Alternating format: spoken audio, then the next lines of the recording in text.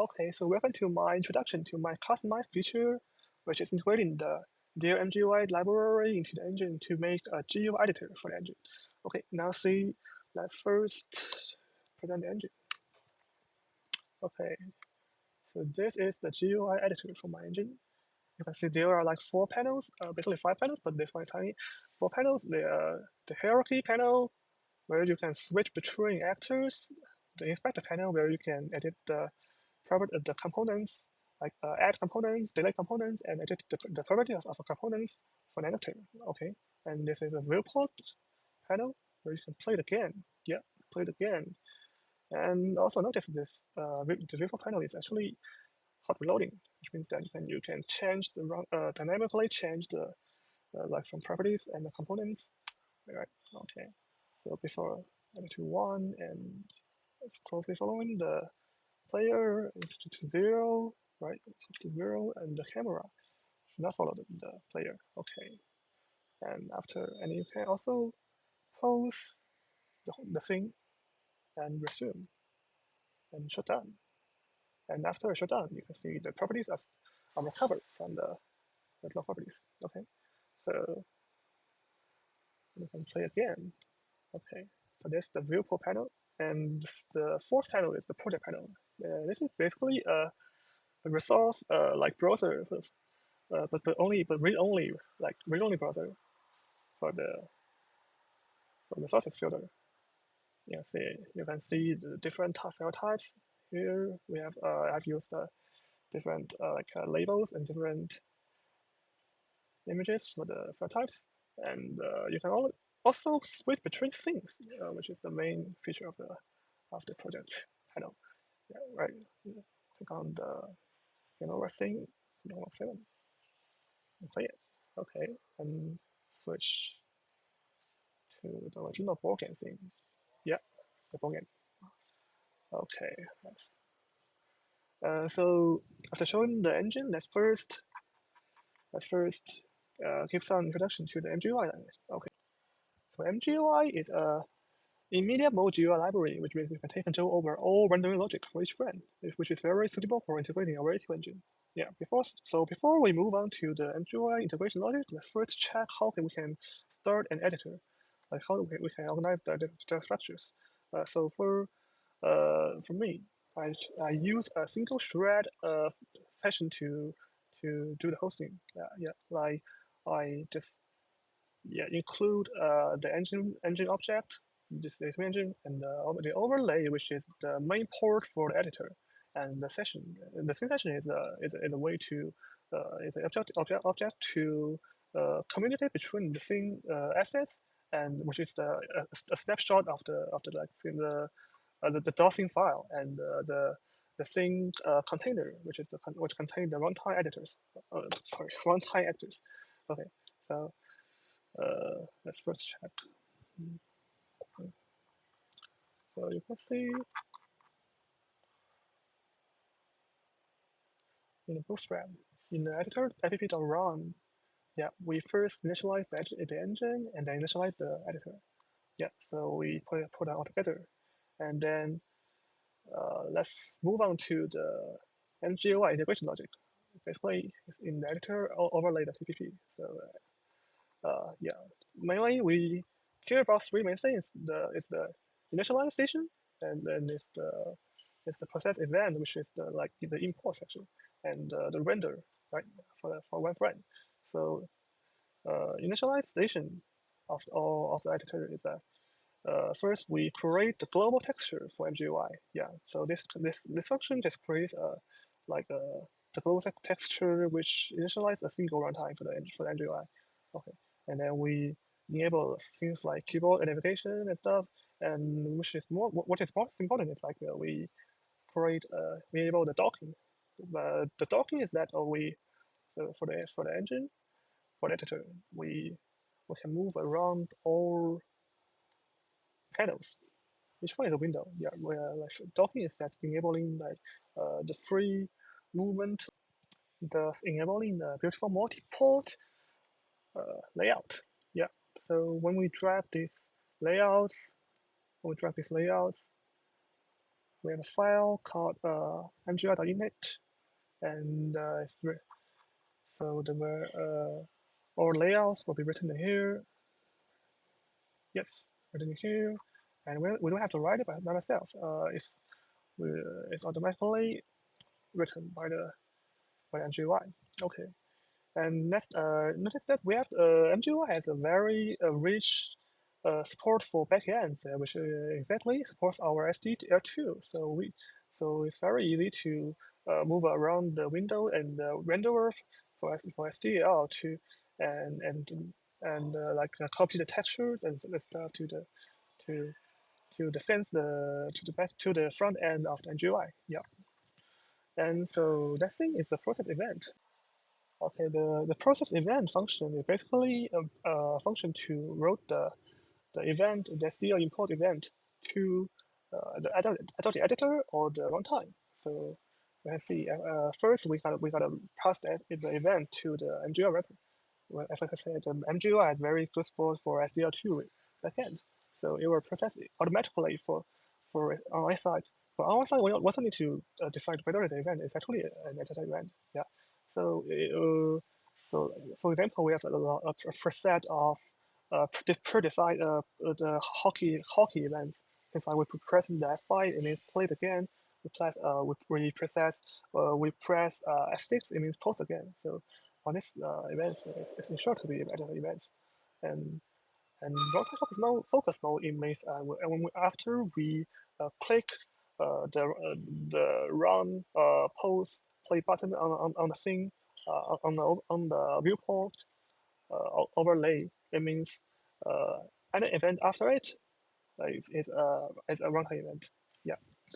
So after the mouse click events are very simple to be recognized. Since like we click inside the viewport panel, then it's a runtime event. Otherwise, it's an event. It's like that. Okay. And now let's move on to the render. Uh, on the render, let's first get the SDL render and do a new frame setup for MGUI with SDL render backend. It is the first standard step, and before we actually render, we check three events, which is the predefined hockey events that has already been processed by the import, and now we check the flags and do it. It's just gonna be sure to make sure the difference image is the right image. Okay. And next, we build the main menu bar. The main menu bar is here. The main menu bar is here. Yeah, stuff like this. And then we create the dock space, and we create our first panel, which is testing panel. Yeah, runtime panel. It's here. Runtime panel. Yeah, theme name. Now the mode edit or run and number of actors and stuff. And then we create our four main panels. It's here, product panel, viewport panel, and yes, and the hierarchy panel and the inspector panel. So now, before moving on to each panel, there is a main point for designing the editor. It's like it's how when we are writing something to the GUI, like how do we direct the value to the runtime container for the actors? Yeah. So this question has two different meanings. The easy one is that after we write something on edit mode, we want it to be represented and directed to the theme file. Yeah. But for the runtime part, it's tough one. Yeah. So it just means how to realize the hardware loading. Okay. So for the easy one, we have to. We don't want to constantly handle like SSD fail reads and fail writes. So uh, the best way is to represent the thing file, like .thing file, to into memory, like into something like things like thing assets. Yeah, like that just uh, reflection of the dotting file. So now we have a runtime object to represent the same file and to communicate with GUI. And we also have a real underlying container for the actors. So we want to communicate these two data structures on runtime, but they are in different loops. But so and there are lots of different editions of GUI. So my solution is to represent to abstract all additions to several like 8 mutations on the component. Yeah, and then we use a std variant variable to uniform all mutations, and then for each addition we send a sing edit command which contains a vector of mutations, and that's how I do it. Okay, now let's move on to the implementation of the 4 main panels. Let's check the hierarchy panel first. Yeah, and we go directly into the vendor hierarchy panel function. Yeah, so basically it's just applying what you said. When we are met with the import field change, then we just make it into a synthetic command consisting of several simulations. Yeah, and then we directly apply the commands to the runtime. Yeah, like this. It should be, yeah, we have in our engine logic we have each frame which we check whether we want to apply the simulated change to it. Okay, so now first begin hierarchy to create windows, and ensure valid action is to ensure we have to select a valid index actor. Okay, and then ensure we have enabled the scene editing. Okay, this is an add which is for first script. Okay, so the easiest example is the button. Like we just click once. Yeah, click once. So this kind of commands can be like executed like immediately. So we just pass the information of the actor into the commands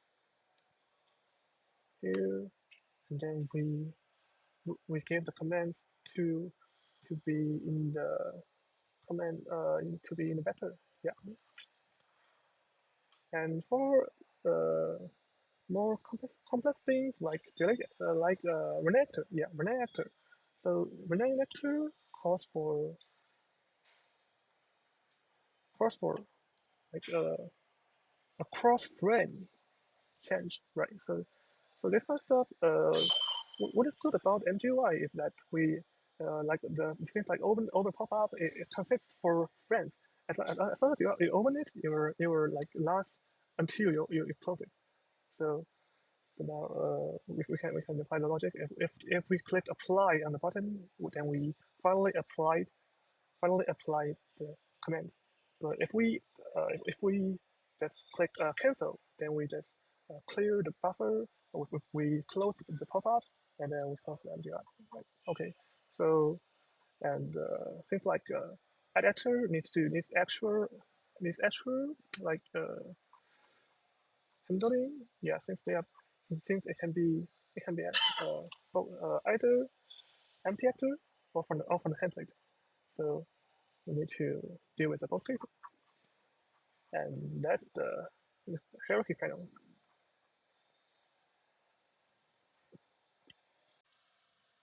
Okay, so now it comes to the inspector panel. So it's about the same thing as the hierarchy panel, right? So we're dealing with the commands. The rename is similar as the renaming an actor. Delete is also the similar as the deleting actor. Yeah, and to edit the type of the component, we need pop up, right? We need pop up. Yes, and that's it.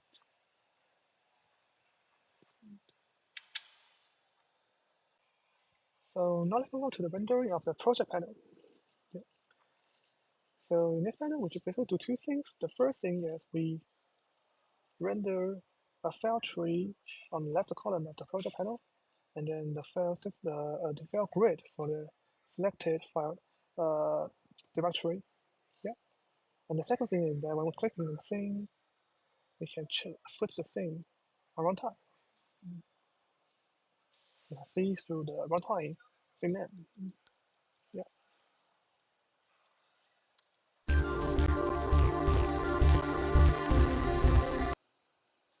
Okay. So for the rendering part, we just basically we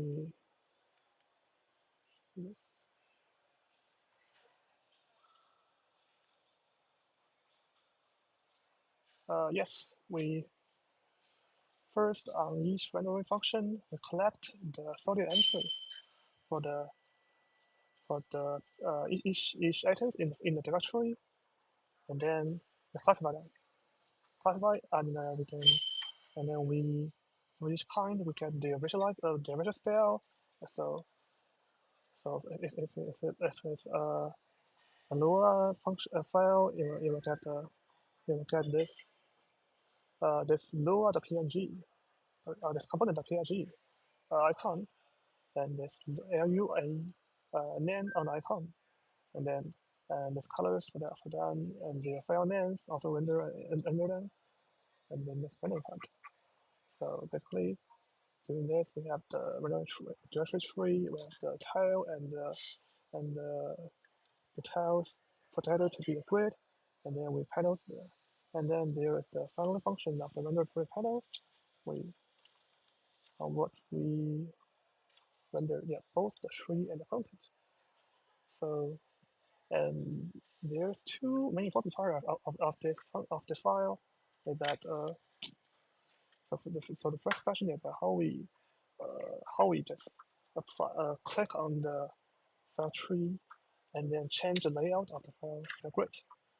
So for this question, we have to go to the file tree function. Let's check that actually we apply a recursive call on the render free render. Yeah, and the recursive call editing the selected directory in virtual path. So each frame we update the selected directory. Yeah. So by doing this, when we have an interconnect, we just set the new directory to the new path, and then the panel, the render panel, first do the tree render, and then after the new directory is passed, we do the render directory to grid, and it should be in the new grid. And the second thing is that how do we realize the double click to switch scene? It should be here. Yeah.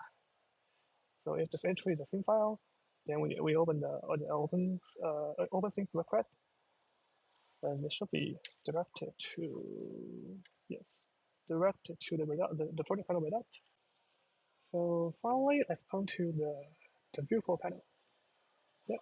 So for this panel, I thought it would be a little bit tougher, but it's actually not as tough as I think, and it's a little bit easier than the other panels.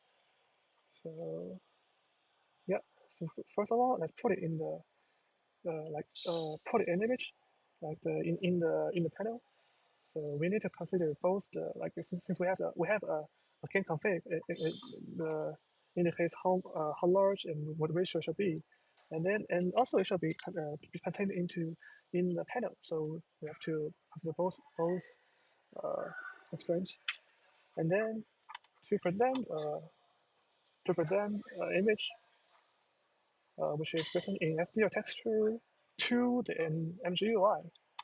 It's very easy. Yeah, as we know, we have MGUI has very strong support for SDL backends, so we can just transfer like make the runtime SDL texture pointer converted to texture wrap. Yeah, first we need to avoid pointer, and then to texture wrap, and then represent it by MGUI image. That's it. So about the post mode, we use the state to present it, and we also render the state render the three icons. Yeah, there's the logic.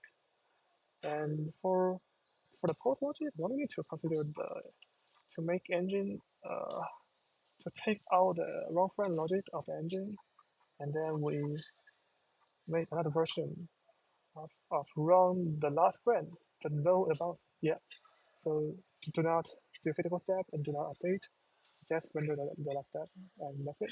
And then after we mark again running or not, pause or not, and that's it. So that's currently the engine. Yeah. Uh, some features that's still in construction. And for next week, I want to do basically three stuff. The first one is I want to do a logical hierarchy of actors. Yeah. Things like imitating Unity. And the second thing is I want to like make the Lua components draggable to the infactor, and also the templates draggable to the hierarchy. Yeah, I think it only takes time to study the drag APIs. Yeah, and third thing is the thing overlay, but I'm not sure if I want to do the thing. Yeah, I don't know whether it's tough or not since they're gonna be they're gonna make a draggable transform edition, and yeah, and hold right button to move around the camera to see. Um, Actually, I don't know whether it's meaningful to do this or not, but I'll try. Yeah, so that's it.